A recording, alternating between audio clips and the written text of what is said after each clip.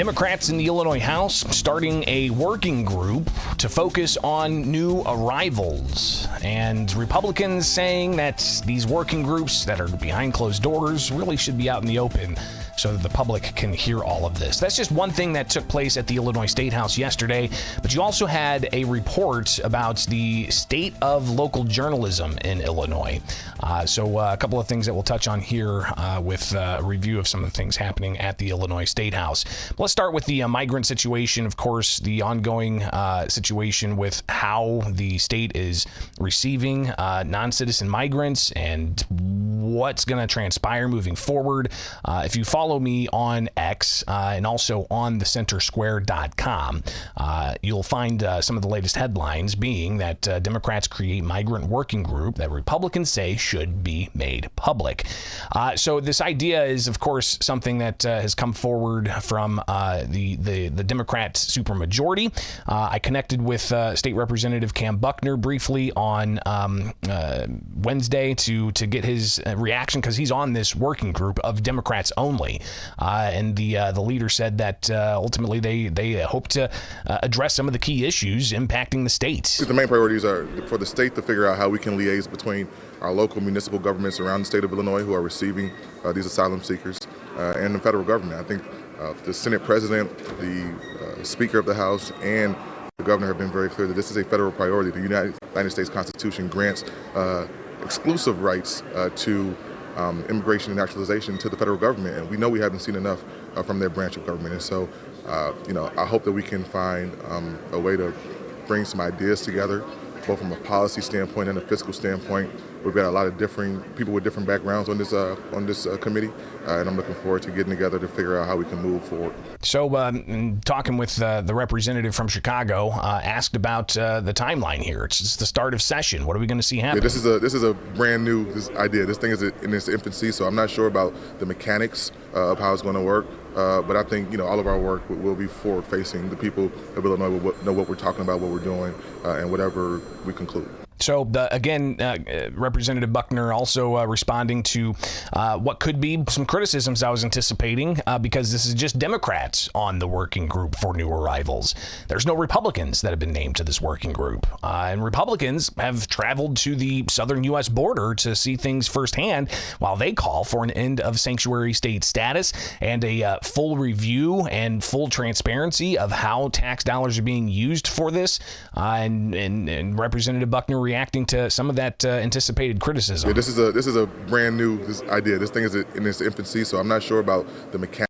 Listen, there's enough criticism to go around this place on everything. I'll say that, but I truly do believe that we are trying to find common ground on this. I've had a lot of conversations with my Republican friends from across the aisle, and honestly, folks from across different regions in Illinois who all are really working with one singular focus to try to address this in a humane and a smart way. And so, I think the criticisms will be the criticisms, but I think we'll find a way to get to a better spot in this. So Representative Buckner moving forward with a host of other Democrats to address these issues. But obviously the issues are not just taxpayer issues, they're humanitarian issues. And yesterday at an unrelated event in Alton, Governor J.B. Pritzker, he was asked about the reports out of Chicago of city officials there being made aware of unsanitary conditions at a migrant shelter weeks before a migrant child died there.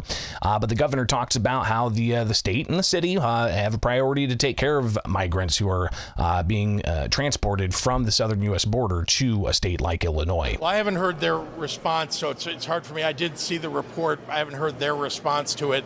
I think we all understand, and the mayor and his administration understand, that we are trying to keep, in very difficult circumstances, trying to keep people safe in shelters as we're moving them on to more permanent housing and jobs. So I know that's the mayor's dedicated to that, as am I. As you know, we opened a facility very recently, the state did, that is in the city's DFSS network at CVS in Little Village.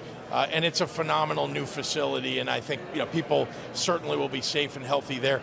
I expect that is the goal for all the facilities, shelters that the city is running.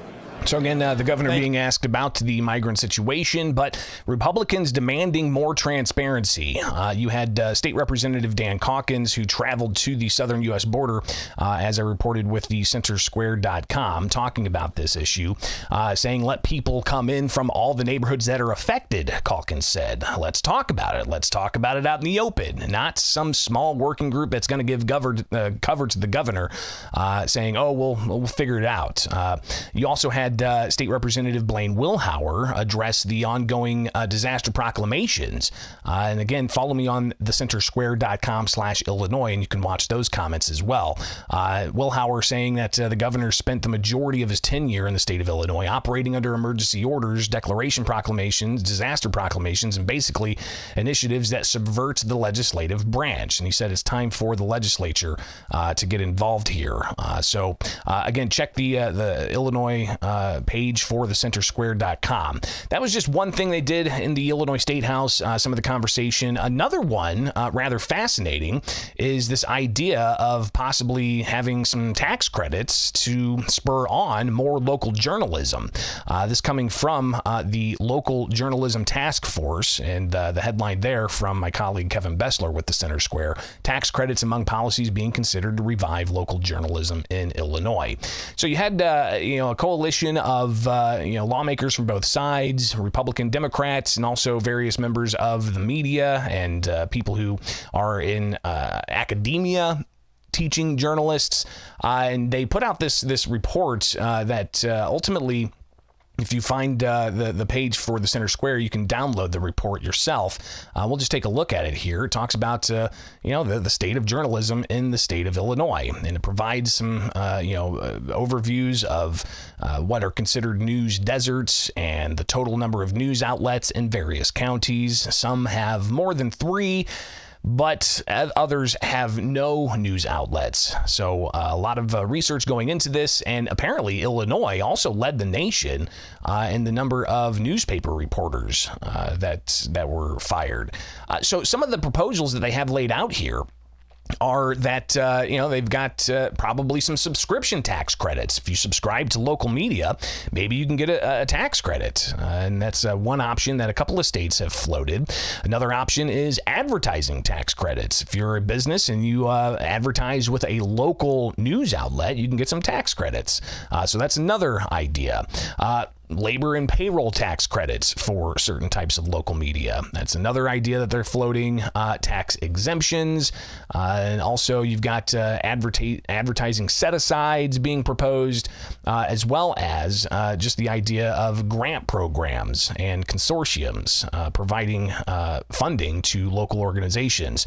Now, how taxpayer dollars could be used with that's another question altogether. But clearly there's some ongoing suggestions here to spur on more local media, which I think everybody can agree we need more of that local media to cover things happening with your local governments. But a state like Illinois, we have the most local governments of any state our size. I think it's like 8,000 plus local governments. I mean, that's city government, village government, and then township government on top of that. And then on top of that, you've got county government. And then on top of that, you've got state government. And then on top of that, you've got, judicial jurisdictions and so on. Library districts, park districts, forest preserve districts, all of these taxing bodies, which is what a government is. It's a taxing body. So trying to cover all of that for any news outlet is clearly something that is worth being very judicious about, but having the resources to do so, not quite there. It's a different landscape. So we'll watch this space as well to see what happens, especially if tax dollars are going to be involved. And as State Senator Don DeWitt said yesterday at that news conference, he said, when state funding's involved, I fear there's a real chance that those who receive those subsidies may feel indebted to the grantor.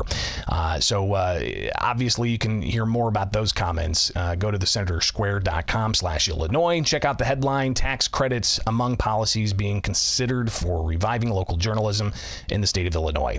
Some of the other things discussed, trying to lower prices of prescription drugs. There was a news conference on that, but the State House really, they just folks, came in, gavelled in, got their per diem, got their travel, and then they headed home. Today's session days are canceled. They'll be back on February 6th, so we'll be monitoring all of that with you here with Bishop on Air. Greatly appreciate you guys tuning in each and every weekday morning. Hopefully you're staying informed and staying warm, but we'll be back at it tomorrow to wrap up a week of coverage for all of you. X, Facebook, YouTube. Like, subscribe, hit that notification bell. Appreciate you guys tuning in. And if you like what you see, be sure to check out some of the merchandise below or go to bishoponair.com.